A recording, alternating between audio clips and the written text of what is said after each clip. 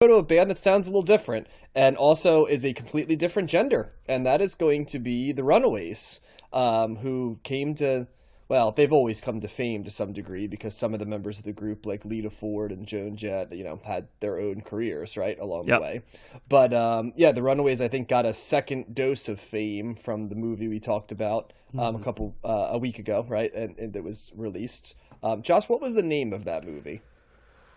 The Runaways, I think. It was called The Runaways. Okay, gotcha. Very clever. So, I will double check that, but I'm pretty sure. Yeah. Gotcha. Well, while you're checking that, Josh, I will run the numbers here. So this is the Runaways album, The Runaways, from 1976. It comes in at number 1,996 in the 1970s on Best Ever Albums, number 182 in 1976, number 13,996 of all time. And like Shoes, it is not on Rolling Stone's list. It's their second highest rated album on Best Ever Albums, behind Queens of Noise. And I'm guessing this too was this on the 1001 album list, John? Correct. Yeah. Yes. The movie is called The Runaways, and it's from 2010. Okay. Oh, and this wow. looks okay. And it looks like this is their debut album. Yes. This is their debut album. Yeah, Yes. 76. June 1st, 1976 it was released. Mm-hmm. All right. Josh starts us. I go second. Matt goes final. Josh, give us an initial take. I knew of the Runaways, and I've heard some of their songs before, but I've never listened to their album.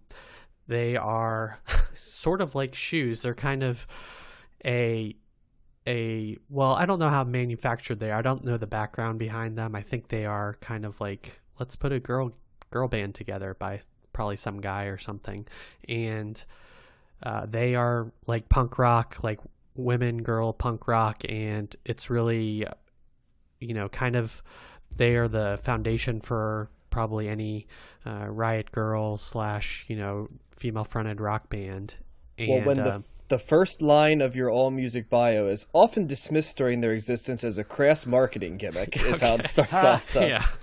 Yeah. So, I enjoyed this album. It's kind of basic. It's a little rough around the edges. You can tell on some level that they are a new band, but I really enjoyed an all-female band, and we haven't really had many of those up until this point, other than Heart, but even they weren't all-female. But point being, this is kind of a breath of fresh air in this regard. They are definitely, I feel like Runaways is something that was definitely needed by this point.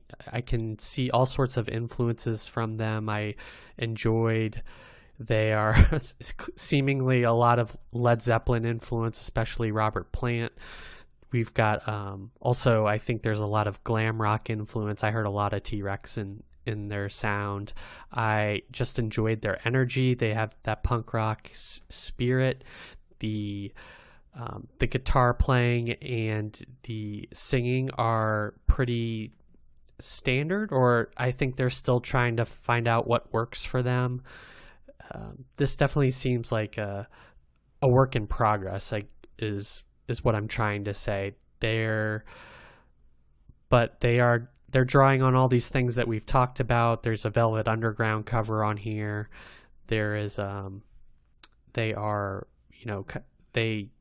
kind of vacillate between punk rock and some blues-based rock, and they throw some piano in there at one point. I don't know who's playing the piano, but it's just kind of a fun album. And actually, in the last track, Dead Injustice, I really like the spoken word parts of that song. I feel like they're trying to do something different. They're doing storytelling, or something that we haven't really talked about on any of the other albums before. And Cherry Bomb's such a great kind of defining opening track for them, but listening to that, you will know what they are all about. The other thing I would like to add is that they are definitely, to John's point about the marketing gimmick, I think they are definitely trying to use their sexuality to sell their image and their music, and empower them. And I think that comes through in the music and works as well.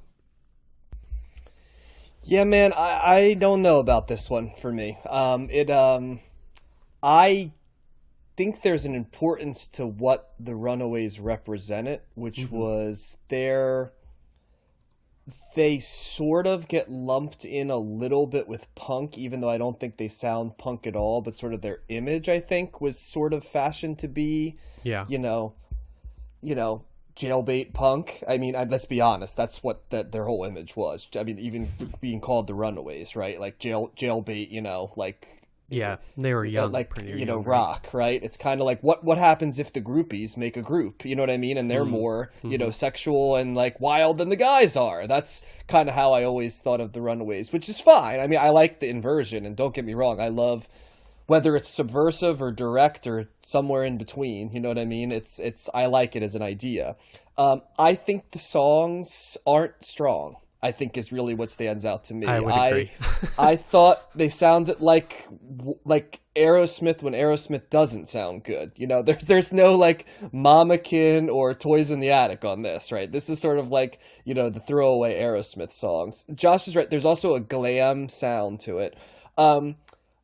Unpopular take here to maybe some, but I think others will know what I'm talking about. Riot Girl as a genre for me is real hit and miss, because it's a lot of times, you know, when I think like Bikini Kill and bands like that, you know, it's like a lot of repetitive, like, it's like that same screamy, like, hey girl, you're in the neighborhood, you know, like, and it's always sort of that same chorus all the time. Yeah, you want it, you know, like that type of sound. And like every one of these songs had that same sort of like layered, like not even sophisticated layered though, you know, like where they're all sort of singing the same thing. But, and it just, Josh said the last album the vocals wore on him. The vocals wore on me on this one a little bit, like, because every chorus was sort of that, like, was the variation of Cherry Bomb, where it's like, Cherry Bomb, but it was just, you could say any other word, like, you know, here we go, you know, and it kind of, after a while, you're like, all right, I get it. I just don't know for me if the music it holds up enough, you know what I mean? It's not as visceral to me as punk rock is. It's not as virtuoso kind of as real good hard rock. I shouldn't say virtuoso. It's not as driven, you know, as good hard rock. Even something like Heart, which was female driven, you know, Heart was playing, you know, and this is sort of like just there, you know. It's got the campiness of glam, but I don't know if it's got, I never know if like the Runaways are winking and nodding at you or sort of like leaning into it. And I guess that's kind of what they were going for too. But, you know, glam always was winking at you, you know, you kind of knew immediately. So I don't know, especially as we listen to a lot of the stuff in this era that has that visceral feel for it. I think I just thought I was going to attach to it more viscerally, but it just sort of seemed to me like later what I would call, like, whether it be Riot Girl or the same thing as when you hear like a pop punk album that's just sort of there, that, you know, that feeling. And I'm not saying they're pop punk, but do you get what I'm saying? When like you listen to like Good Charlotte or something, you're like, it's there, it's fine, but it's, you know, like that's what it felt like to me. It's like, all right, I want to. It's like, if I want to hear pop punk, I could go find Green Day, you know, or Bad Religion, right? But by the time I get to like Good Charlotte, it's like, and it felt to me like, what would happen if you took like, you made like an all-female pop punk band, and it was like, what happens if you make like a rock band of kind of all the cliches, and, you know, you almost make like the Sex Pistols, right? Like the same idea of what the Sex Pistols are, but then like, you know, the songs, there's no anarchy in the UK here, you know, there's stuff like that. So I don't know if I don't know if I can recommend this one. It wasn't clicking with me. Are you trying to say like almost like their heart's not in it when I think their heart's in it. I mean, they're like 17 years old too, which I think has to be pointed out. That, I mean, they're like, you know, they're DTF, you know what I mean? Good for them, because back in the 70s, that was a bold stance to take, and I give them it. But yeah, every one of their songs is basically like, we're taking pills, we're getting drunk, and you know, we're doing, which in fairness, a lot of the songs the men are doing. So it's kind of like, we're gonna do it too. But yeah, a lot of the songs kind of come down to like I said, like an Aerosmith song, where it's like, you know, let's do some pills, let's get drunk, and, you know, let's bang, you know, and that's kind of like what the lyrical content of this is. And, you know, like I said, the fact that they run from like 17 to 19 years old gives it sort of that like dangerous sort of vibe, you know? And yeah, so I'm all for it, you know, and I give them a lot of credit for being in it. But sometimes I think just it's a tough one, because like when a bunch of guys put you together and say you're jailbait, like is it empowering? Is it like in the middle where it's like started as one thing but you turned it around, or is it sort of like total? Like, you know, and I look at something like the Go-Go's later, right? That the Go-Go's kind of were their own thing, right? And kind of did the same thing. Like the Go-Go's were interesting because they were these crazy bad girls, right? But they wrote these songs that made it seem like they were all American girls at times too. And so the Go-Go's are kind of badass that way, you know, that they did live sort of that duality of like they could, you know, femme it up, right? You know, in the way that people expected, but then behind the scenes, you know what I mean? Like they were, you know, doing coke and, you know, like, you know, hanging with people and just, you know, sleeping with who they wanted to sleep with. But they weren't like, they found each other in the rock scene. You know, they weren't necessarily manufactured. So no knock, somebody had to do it first. But right. I want to go back to like, from a musical standpoint from me, there wasn't much that was speaking to me here. Gotcha. Yeah. I think I'm landing firmly in the middle on this record, and I will say a couple things. I do like a lot of these songs they're very tight. I would say that the band is a fairly tight band. A lot of staccato guitars, like dun dun dun dun dun, dun, you know, that kind of beat, and they play very tight together. I think that the verses, I think it kind of toys with me, because a lot of these songs, the verses come in and I find myself like bobbing my head going like, okay, I'm getting into it. Yeah. All right. Yeah. And then they get to the chorus, and the chorus is almost always a letdown. And the chorus should be the thing for many songs, is the hook, right? It's the part that sticks with you. It's got the. Can I add one thing real quick too? What's so funny is freaking Joan Jett's in this group, and she's the exact opposite in her solo career. And I agree with you 100%, Matt, about the choruses. But when you think of Joan Jett songs, what's the first? I love rock and roll, or right. Well, she Bad starts Reputation. with the chorus. Yeah, right. And it's like, Jesus, it's all chorus. And so anyway, I just thought I would share that. Yeah. So I think that, you know, a lot of these songs I started going, okay, yeah, I like this. And then it would always end up being a letdown. So as an overall musical listening experience, when that happens several times, almost, you know, multiple times throughout the record, it does leave you a little flat and make you go, okay, there's not as much, there's potential here, but I don't think that they're fully taking advantage of what I would have liked the chorus to do. And I think that that's kind of my biggest complaint, is that it kind of toyed with me in that regard. And, you know, about 4 or 5 songs into it, I'm like, okay, I get it. It's just always going to be like, they're not going to have a great chorus. You know, so that was a little annoying. I was getting more of I see why the punk thing, I maybe agree with John. I think that might come a little bit more with the image and the vocals. There's certainly an attitude like that's very easily, you know, you can hear it very easily in the vocals, right? There's this attitude, this anger that's coming through. And I'm not sure who is the lead singer of the Runaways. Who's the main? Is it Joan Jett? Cherry Curry. Cherry Curry. Okay. Is she the one on the cover too?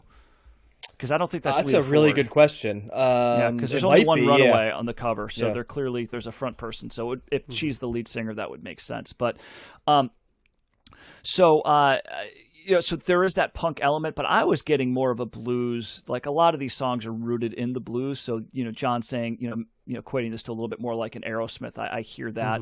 Some of this reminds me of a little proto. I was, you know, reminded of hair metal. You know, this seems like a little bit of the beginning of what hair metal would be. Yeah. And it reminded me, because I did grow up loving, that was one of my first, you know, loves as a music listener. I loved like Motley Crue and Poison and stuff like that.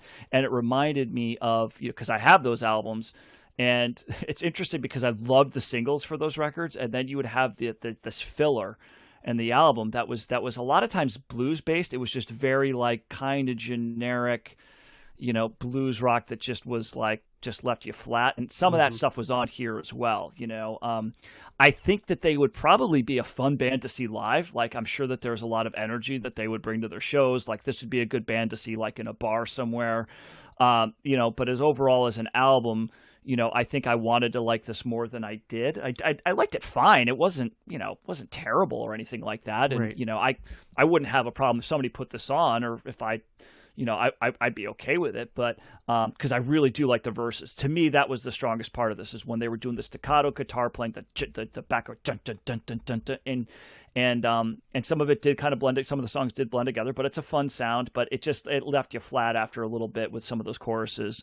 The last song I thought was interesting, the Dead End Justice. It was almost like that was like their version of a prog song, because there's like 3 or 4 different elements to it. They kind of start going in one direction, and then they started doing something else, kind of more the spoken word thing. And I was like, okay, what was that? And then I looked, and that's when I saw that the song is 10 minutes long. And I was like, oh, okay, this is different. I wasn't expecting that. So that song probably stands out a little bit more. I liked American Nights, the 7th track. I thought that had a good riff. There was, as Josh mentioned, there was a piano part in there that I thought added a new level to it. So that by the time, you're getting into the 7th out of 10 songs, there was a little interesting kind of extra thing that they threw in there that I thought was good. And then they threw a key change in, which I was like, okay, I like that. So there's elements here, peppered throughout the record that I did like.